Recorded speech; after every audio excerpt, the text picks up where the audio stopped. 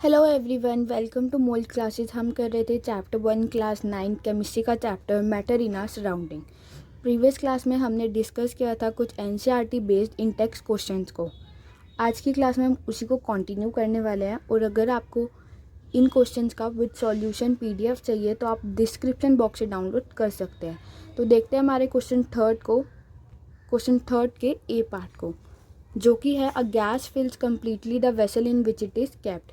एक गैस को जब हम वेसल में डालते हैं तो वो उस वेसल को कम्प्लीटली फिल कर लेती है। ऐसा क्यों होता है? तो चिल्ड्रन देखिए, होता क्या है कि जो गैस के जो पार्टिकल्स होते हैं, हमें पता है उनमें जो काइनेटिक एनर्जी होती है वो बहुत ही ज़्यादा होती है। काइनेटिक एनर्जी कौन सी एनर्जी होती है? काइनेटिक एनर्जी एक ऐसी एनर्जी होती है जो कि मोशन की वजह से आती है। जब कोई चीज़ मोशन में होती है, मूव कर रही होती है, तो जो एनर्जी आती है उसके अंदर वो काइनेटिक एनर्जी ही होती है। गैसियस स्टेट में प्रॉपर्टी होती है कि जो पार्टिकल्स होते हैं वो मूव करते रहते हैं और बहुत ही दूर दूर मूव करते हैं। सपोज एक पार्टिकल यहाँ होगा तो दूसरा यहाँ होगा, दूसरा यहाँ होगा तो तीसरा यहाँ होगा। इनके बीच में जो इंटरमोलिकुलर स्पेस होता है वो बहुत ही ज़्यादा होता है। ये देखिए, दो पार्टिकल्स के बीच में इंटरमोलिकुलर स्पेस जो है ये बहुत ही ज़्यादा है। और इनमें जो इंटरमोलिकुलर फोर्स ऑफ अट्रैक्शन होता है दो पार्टिकल्स के बीच में वो बहुत ही कम होता है या बिल्कुल निग्लिजिबल होता है। क्यों? क्योंकि जो पार्टिकल्स होते हैं वो एक दूसरे से बहुत ही दूर दूर होते हैं। गैस के जो पार्टिकल्स होते हैं वो बिल्कुल रैंडमली मूव करते रहते हैं और एक रैंडम मोशन परफॉर्म करते हैं।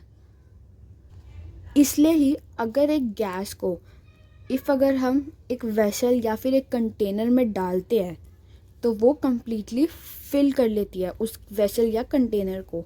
क्यों? क्योंकि इनकी प्रॉपर्टी ही यही होती है कि जो गैस के पार्टिकल्स होते हैं वो बहुत ही रैंडम मोशन परफॉर्म करते हैं और बहुत दूर दूर मूव करते हैं और इनके बीच में इंटरमोलिकुलर फोर्स ऑफ अट्रैक्शन कम होता है और इंटरमोलिकुलर स्पेस बहुत ही ज़्यादा होता है।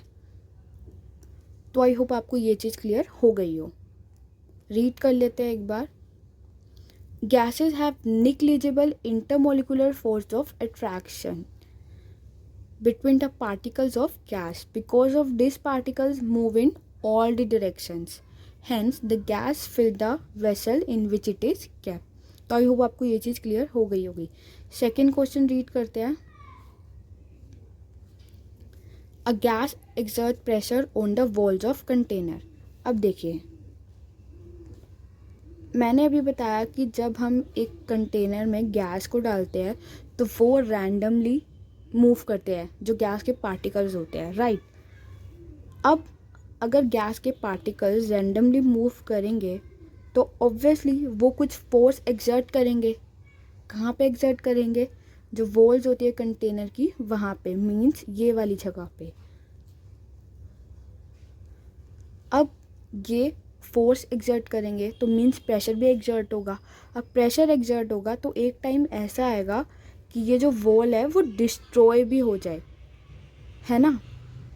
जितनी इस वॉल की कैपेसिटी होती है उतना ही वो गैस के पार्टिकल्स को टॉलरेट कर सकती है। अगर इस वॉल की कैपेसिटी ख़त्म हो गई तो ये वॉल डिस्ट्रॉय भी हो सकती है। तभी आपने सुना होगा कि किसी किसी के घर गैस लीक हो जाती है। वो कैसे होती है? क्योंकि जिसके अंदर भी वो होती है गैस, उस कंटेनर की टॉलरेंस ख़त्म हो चुकी होती है और गैस उसमें से निकल जाती है। गैस के जो पार्टिकल्स होते हैं वो बाहर आ जाते हैं, क्योंकि इनकी तो प्रॉपर्टी ही होती है कि ये मोशन परफॉर्म करते रहते हैं। इसलिए तो आई होप ये चीज़ आपको क्लियर हो गई हो। रीड कर लेते हैं एक बार। A gas exert pressure on the walls of container because the molecules of gas are continuously in random motion. ये वही चीज़ है जो मैंने अभी आपको बताया कि जो पार्टिकल्स होते हैं गैस के वो रैंडम मोशन परफॉर्म करते हैं। और क्यों परफॉर्म करते हैं? क्योंकि काइनेटिक एनर्जी बहुत ज़्यादा होती है गैस के पार्टिकल्स के बाद।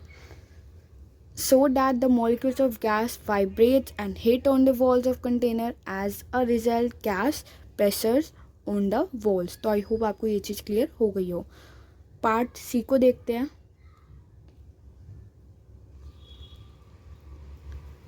अब देखिए, a wooden table should be called a solid. अब एक वुडन टेबल को हम सॉलिड क्यों बोलते हैं? हम उसको लिक्विड क्यों नहीं बोलते हैं, गैस क्यों नहीं बोलते? तो चिल्ड्रन, जैसे कि हमें पता है कि जो वुडन टेबल होती है उसका स्ट्रक्चर कुछ इस तरीके का होता है, राइट? क्यों होता है? क्योंकि जो इसके पार्टिकल्स होते हैं वुडन टेबल के, वो टाइटली पैक्ड होते हैं. उनके बीच में इंटरमोलिकुलर स्पेस बहुत ही कम होता है, या हम बोल सकते हैं बिल्कुल निग्लिजिबल होता है. और जो वुडन टेबल की शेप होती है वो बिल्कुल फिक्स शेप होती है, फिक्स वॉल्यूम होती है. क्या कभी आपने देखा है कि जब आप एक पंच करते हो तो वुडन टेबल जो होती है वो चेयर बन गई हो या फिर वो कुछ और ही बन गई हो? ऐसा तो नहीं होता. क्यों? क्योंकि उनकी फिक्स शेप होती है, फिक्स वॉल्यूम होती है और रिजिडिटी भी होती है. और ये तो हम अभी डिस्कस कर ही चुके हैं कि इनके बीच में जो फोर्स ऑफ अट्रैक्शन होता है वो बहुत ही ज़्यादा होता है. क्यों ज़्यादा होता है? क्योंकि जो इनके पार्टिकल्स हैं वो बिल्कुल देखिए टाइटली पैक्ड होते हैं. तो आई होप आपको ये चीज़ समझ आ गई हूँ. रीड कर लेते हैं. The wooden table is a solid object. It require all the characteristics of solid: fixed shape, volume, rigidity, strong force of attraction, and least intermolecular space. The wooden table should be called a solid. तो I hope आपको ये चीज़ clear हो गई हो. Next discuss करते हैं.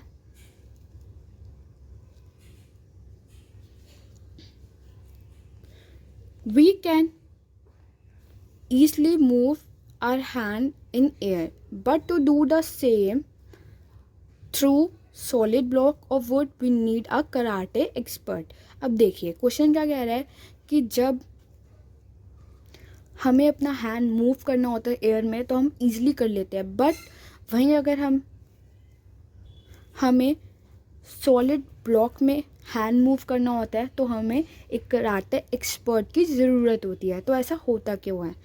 क्योंकि children, हमें पता है कि जो एयर होती है, अब एयर हमें पता है कौन से स्टेट में एग्जिस्ट करती है, गैसियस स्टेट में.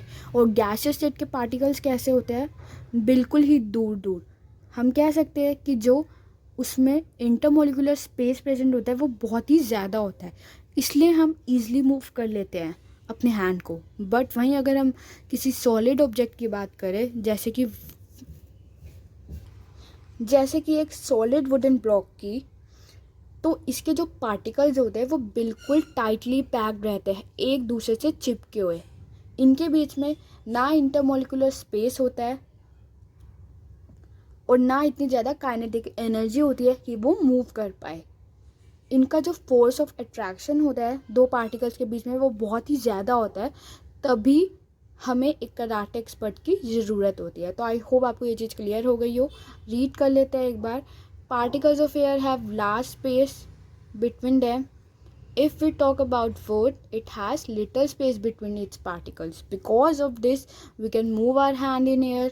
But to do the same through a solid block of wood, we need a karate expert. I hope आपको ये चीज़ भी क्लियर हो गई हो. नेक्स्ट क्वेश्चन पर मूव ऑन करते हैं.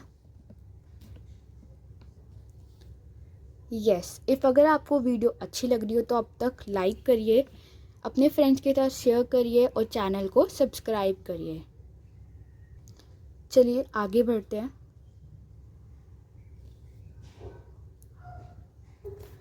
Liquids generally have a lower density as compare to solid, but ice float on water. Explain Y.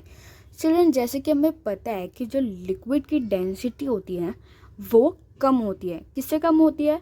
Solid से. बट अगर हम आइस की बात करें तो आइस जो है वो तो एक सॉलिड ही है, बट जब हम उसको वाटर पे रखते हैं तो वो फ्लोट करती है. ऐसा क्यों होता है? क्योंकि आइस तो एक सॉलिड है, वो तो सिंक कर जानी चाहिए वाटर में, बट वो फ्लोट क्यों करती है? तो चिल्ड्रन, फ्लोट तो वो इसलिए करती है क्योंकि उसकी डेंसिटी कम होती है.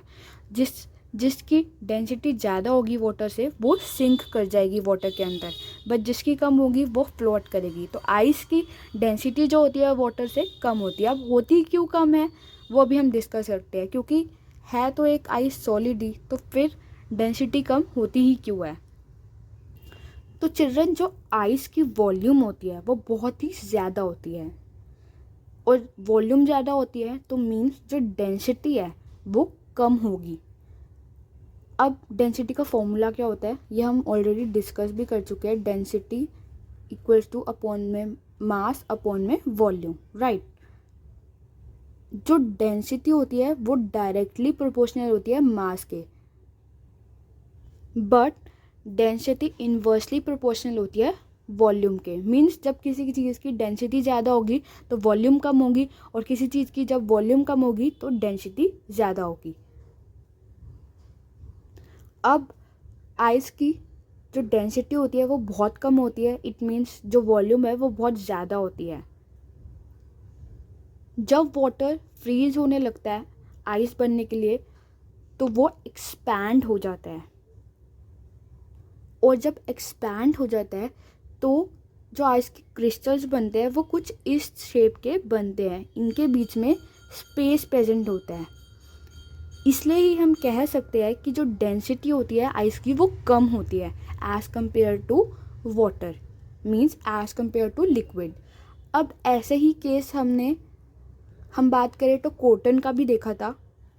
कॉटन में क्या होता है, कॉटन कह सकते हैं हम होता तो सॉलिड ही है, बट उसकी डेंसिटी एक वाटर जो कि लिक्विड स्टेट में होता है उससे भी कम होती है। क्यों कम होती है?